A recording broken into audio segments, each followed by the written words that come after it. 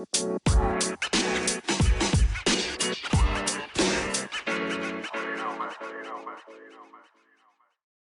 ini adalah bagian dari tantangan 30 hari bersuara yang diselenggarakan komunitas The Podcaster Indonesia.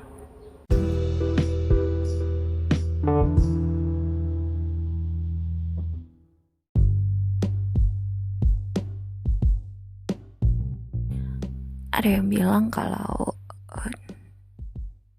di dunia ini tuh kita nggak boleh musuhan. Tapi beberapa hari yang lalu saya sempat menonton video ini. Katanya gunanya kita punya musuh itu ternyata dampaknya itu sangat besar demi persatuan dan kesatuan bangsa ternyata. Karena ternyata kalau kita punya musuh yang sama, anggaplah kita tuh musuhan sama negara Amerika, atau jangan sebut negara lagi, ya pokoknya negara lah, salah satu negara di dunia ini.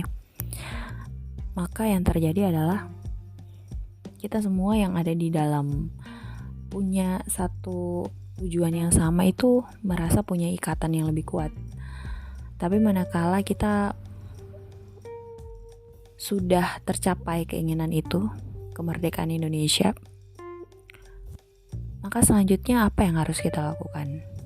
Ya bisa jadi sekarang ini seperti yang terlihat, kita malah saling kayak baku makan satu sama lain begitu ya. Yang artinya karena kita sudah tidak melihat lagi satu tujuan yang sama untuk gimana caranya saling menyejahterakan satu sama lain, maka kita bukannya saling mendukung, membuat environment atau lingkungan yang bertumbuh, kita malah membuat atau bagaimana caranya supaya orang lain tuh jatuh dan kita merasa senang. I don't know why, tapi itu terlihat di pemerintah, itu terlihat di lingkungan sekitar, itu juga kadang terlihat di anak-anak yang saya didik.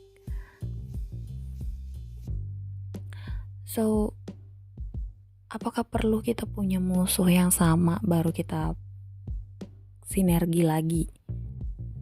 Ya kayaknya nggak usah ya. Tapi memang ketika suatu kelompok cenderung homogen atau cenderung sama, itu biasanya ya memang sulit terpecah, sulit juga dimasukin oleh nilai-nilai yang baru, dan ada baik dan ada buruknya juga. Seperti yang mungkin pernah saya rasakan ya, waktu itu baru masuk di lingkungan sekolah yang ada di Maluku Utara, dan ternyata mungkin karena kesan perbedaan agama itu masih cenderung masih kuat ya. Kayak karena saya nggak tahu apa-apa sebenarnya apa yang terjadi di tahun 2000 sampai tahun 2004, yang dimana ada terjadi kerusuhan dan pemerintah itu pada masa itu masih ya pada masa-masa sebelumnya juga terjadi penculikan orang, pemerintah kurang memperhatikan juga ya. Pada waktu itu terjadi kerusuhan yang sangat besar dan terjadi sangat terasa sampai sekarang, bahkan perbedaan yang sangat mendasar antara yang Islam dan yang Kristen itu membuat gampang sekali terjadi percekcokan, bahkan sampai jadi pada waktu itu menurutnya teman saya berkeyakinan bahwa saya tuh nggak boleh bergaul dekat-dekat sama dia. Mohon maaf ya, bukannya ya saya nggak tahu kenapa bisa jadi seperti itu, tapi seingat saya teman-teman saya di sini yang beragama Islam itu biasa saja. So itu mengapa kayak betapa dalam dan betapa lukanya orang-orang di Indonesia Timur itu karena saya rasa faktor ekonomi sih. Maksudnya orang-orang yang gak sejahtera itu atau orang-orang yang merasa kekayaannya kurang itu, atau orang-orang yang merasa bahwa, bukan merasa ya, memang terjadi seperti itu kecenderungan tingkat stres dan tingkat sumbu panjang dan sumbu pendek emosional kita itu sangat terpengaruh oleh faktor ekonomi dan juga faktor penjajahan dari luar. Orang dari pemerintah pusat tuh kurang mampu memeluk masyarakat di Indonesia Timur tuh karena mereka susah untuk melihat secara lebih dekat, dan sejarahnya mereka tuh sangat dalam kalau bisa dibilang, karena orang-orang di sana tuh banyak yang ibarat kata ditinggalkan oleh pemerintah, karena pembangunan itu terjadi di pusat, sementara di sana itu baru belakangan ini baru mulai diperhatikan, baru mulai dibangun. Kayak udah tahun pemerintahan Jokowi udah mulai dibangun tol laut yang menghubungkan ini dengan ini, dan juga sudah mulai banyak dibangun kayak porsi-porsi kayak misalnya jembatan, pelabuhan, dan juga kayak misalnya jalan-jalan tol, kemudian bandara. Artinya akses sudah cukup mudah di pemerintahan sekarang. Dan bahwa tapi saya mau memuji, tapi sayangnya saya juga tahu sih bahwa ada beberapa hal yang menyedihkan, kayak misalnya katanya mereka membuka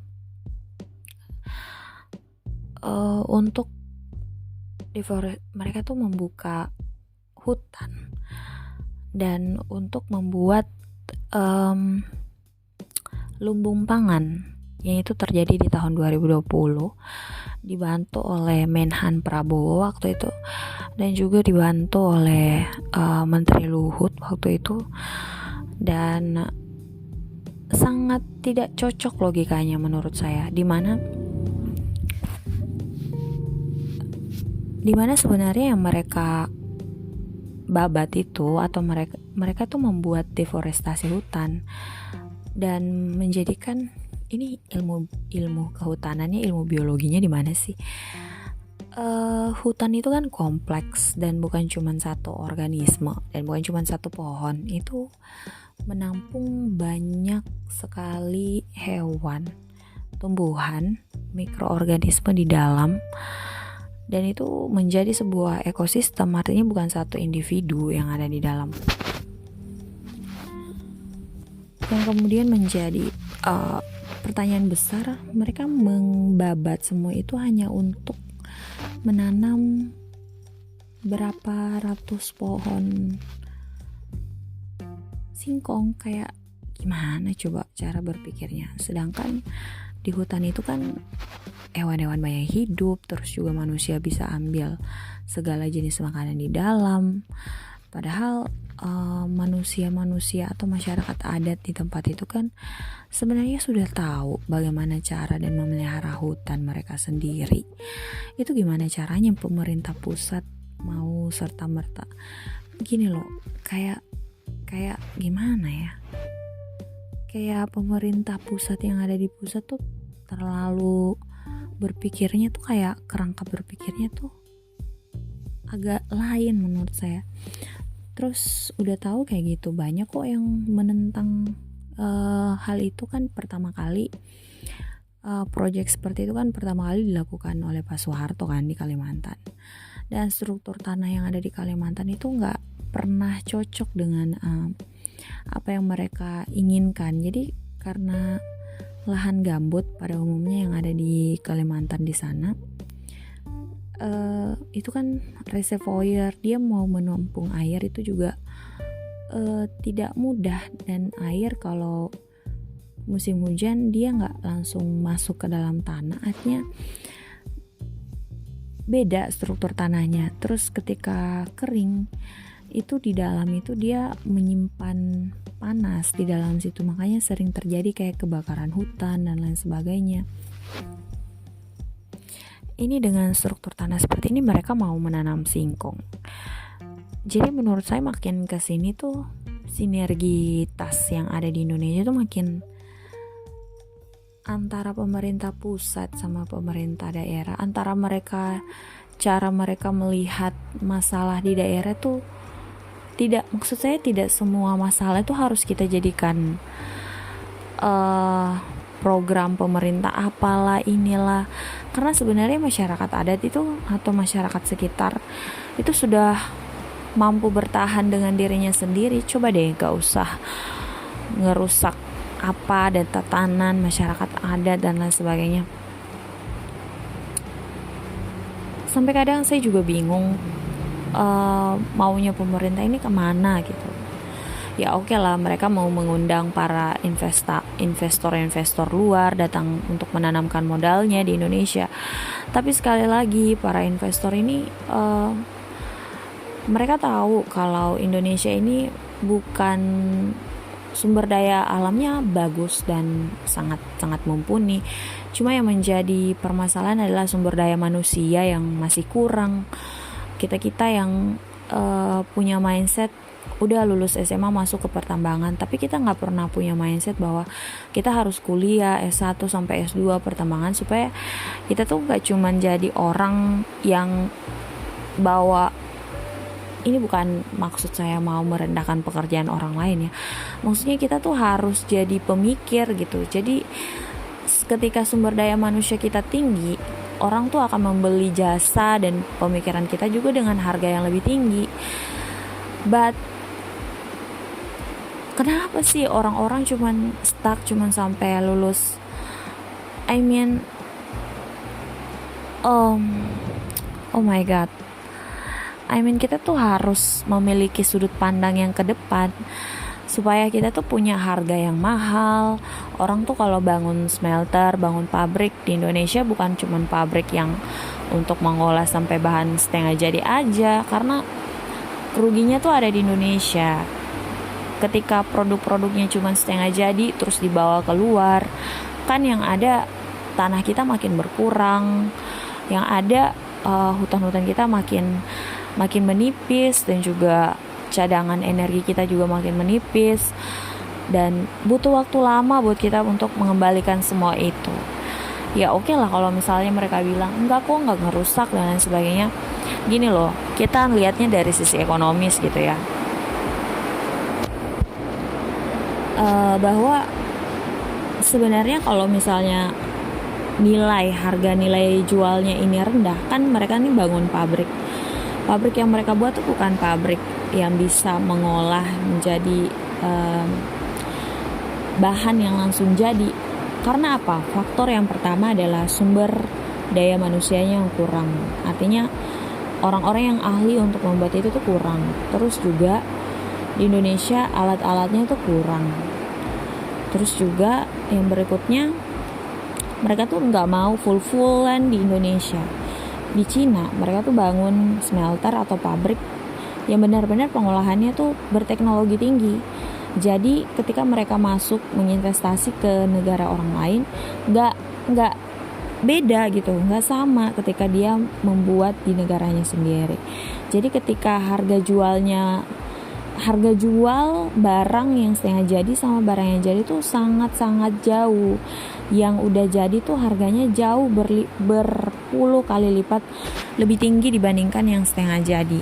Jadi kita tuh ruginya ada dua, sudah kita rugi di lingkungan, sumber daya manusia kita yang stagnan di situ-situ aja karena nggak termotivasi untuk jadi orang lebih hebat, karena merasa udah puas dengan lulus SMA aja udah masuk pertambangan gajinya tinggi. Yang ketiga, harga nilai ekonomisnya kita tuh jauh lebih rendah ketika dijual, karena yang dijual lagi itu adalah ke Cina. Jadi mereka tuh bisa mempermainkan harga jualnya di situ gitu loh. Jadi saya melihat bahwa antara sinergitas di Indonesia ini sangat kurang, dimana kita tuh tahu kalau masyarakat Indonesia tuh masih jauh. Gini loh, kalau kita fokus ke sumber daya alam dan kita lupa untuk meningkatkan sumber daya manusianya, makanya kita tuh cuman stagnan di menguras sumber daya alam yang ada, sampai kepada titik dimana sumber daya alam kita habis, tapi sumber daya manusia kita itu nggak didorong untuk jadi orang yang lebih maju. Jadi terjadi ketimpangan, atau bisa jadi ketika sumber daya manusia kita udah hebat, nah sumber daya alam kita tuh udah menipis atau hampir putus gitu. Jadi gimana dong? Kalau menurut saya lebih baik kalau kita mau melihat ke sebuah ketersinambungan yang berjalan terus menerus, itu tuh kita harus invest ke sumber daya manusia. Artinya pendidikannya itu harus kita bikin supaya gimana caranya berkualitas. Pemerintah desa, pemerintah kabupaten, provinsi, bahkan masyarakatnya pun kalau punya anak yang pengen dia mengambil pendidikan tinggi kemudian pulang kembali untuk membangun daerahnya, itu sangat bagus. Artinya kita kembali kepada rootsnya kita, Indonesia, tanpa lupa bahwa kita tuh siapa. Tapi juga yang terpenting, orang yang cerdas, orang yang bijak itu tahu cara untuk mengapresiasi budayanya sendiri, negaranya sendiri. Dan saya itu berharap ada banyak orang-orang Indonesia di luar sana yang kembali untuk membangun Indonesia, yang kembali untuk ke daerahnya masing-masing, ke desanya masing-masing, untuk kembali menginisiasi gerakan atau mungkin mendorong anak-anak entahlah, atau berbuat apa untuk daerahnya supaya Indonesia ini bisa sedikit demi sedikit tuh bisa maju gitu loh. Dan satu-satunya itu kita butuh yang namanya sinergitas.